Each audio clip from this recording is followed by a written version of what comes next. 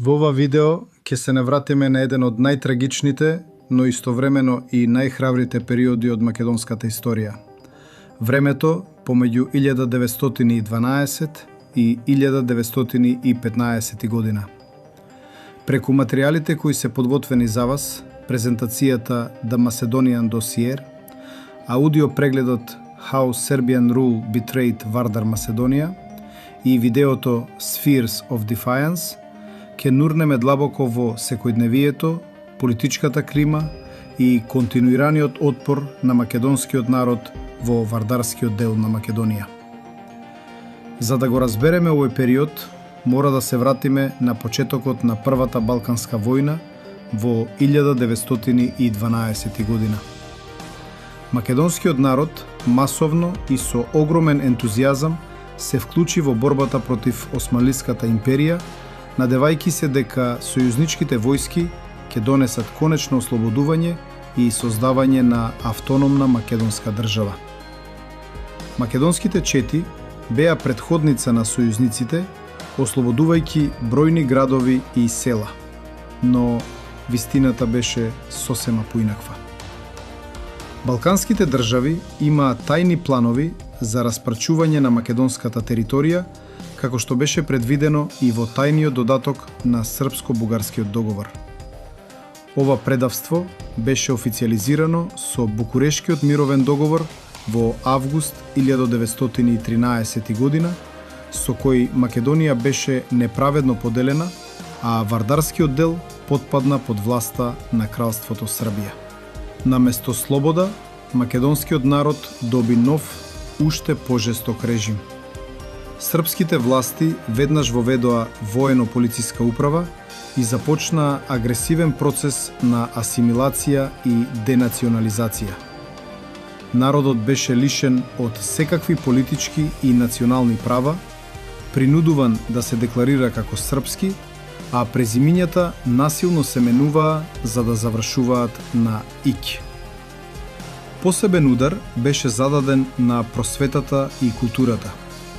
Сите дотогашни училишта беа затворени, македонските учители беа прогонувани или принудени да одат на курсеви во Белград, а на нивно место се отворија српски училишта, каде наставата се одвиваше исклучиво на српски јазик.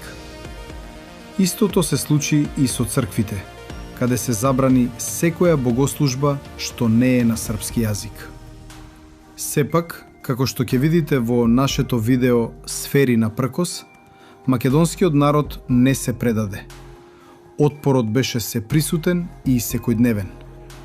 Родителите пружаа пасивен отпор, одбивајќи да ги запишат своите деца во новите српски училишта, штитејќи ги од асимилација. Населението ги бойкотираше црквите и судовите.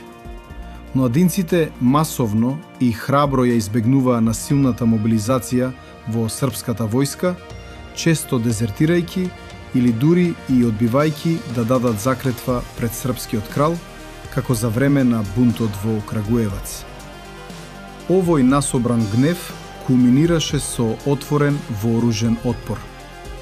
Во 1913 година избувнаа две големи востанија – Тиквешкото и Охридско-Дебарското востание.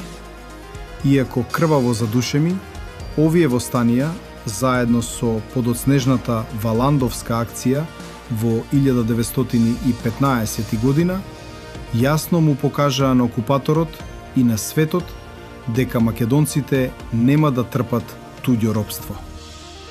Паралелно со вооружемиот народ, македонските интелектуалци од Петроградската колонија, предводени од Димитрија Чуповски, водеа дипломатска битка, испраќајќи меморандуми до големите сили, барајќи независна и неделива Македонија. На крајот, не смееме да заборавиме дека овој период не беше само политичка борба, туку и борба за гол опстанок.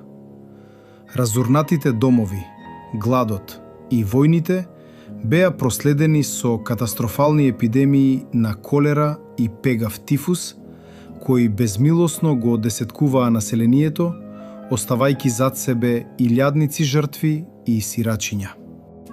Материјалите кои следат во продолжение се посветени токму на овие луѓе. Преку презентацијата, аудио подкастот и деталниот видео преглед, ќе ги оживееме личните приказни на локалните водачи, ќе ги анализираме воемите тактики и ќе му дадеме почит на тивкиот, но нескршлив пркос на обичниот човек, кој во најтемните времиња успеа тајно да ги зачува своите традиции и својот јазик. Ве повикувам внимателно да ги проследиме заедно. In 1912, 5 centuries of Ottoman rule finally came to an end. Macedonians fought alongside a coalition of Balkan allies, expecting that their military contribution would earn them local autonomy once the empire's flags fell to the dirt. That autonomy never materialized. In 1913, the victorious allies sat down in Bucharest to draft a peace treaty, and instead of liberating the region, they shattered it into pieces. Look at this map of the newly drawn borders. The central territory of Vardar, Macedonia, was absorbed entirely by the Kingdom of Serbia and officially rebranded as South Serbia to erase its distinct identity. Under King Peter I, the region was placed under a brutal military police administration. Locals were stripped of their political rights, denied voting power, and legally mandated to declare themselves as Serbs. Confronted with total state control, the local population refused to quietly disappear.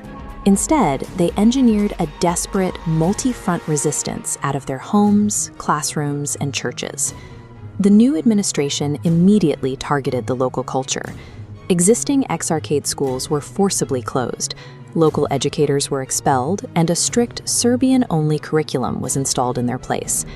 This assimilation extended deeply into spiritual life. Church services were restricted to the Serbian language, and state-backed priests mandated Serbian names for all newborns. The local response was quiet but organized. Parents initiated a massive campaign of passive resistance, simply refusing to send their children to the new state schools to shield them from indoctrination. Families and former teachers completely boycotted the state-run churches. Behind closed doors, they continued to speak their native language and practice their own traditions. This domestic boycott formed the primary line of defense. By withdrawing their participation from public institutions, families effectively blocked the state's attempt to erase their cultural identity. The occupation also demanded physical bodies. The Serbian military actively drafted the occupied population, a demographic they deeply distrusted, to fight in their foreign wars. Young men reacted by abandoning their villages. Thousands fled into the rugged terrain of the mountains to evade the armed conscription patrols. This draft resistance peaked in April 1915, during the Kragujevac Mutiny. 4,000 Macedonian recruits, belonging to the Bregalnica regiment, were ordered to swear an oath to the Serbian king. They outright refused to speak the words. Alongside state violence, the population faced severe circumstantial horrors.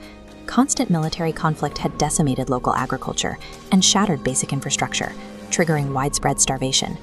Weakened by hunger, the region was struck by devastating biological crises. An outbreak of cholera in 1913 was followed by a typhus epidemic in 1914 and 1915. In some local hospitals, the mortality rate reached an astonishing 70%.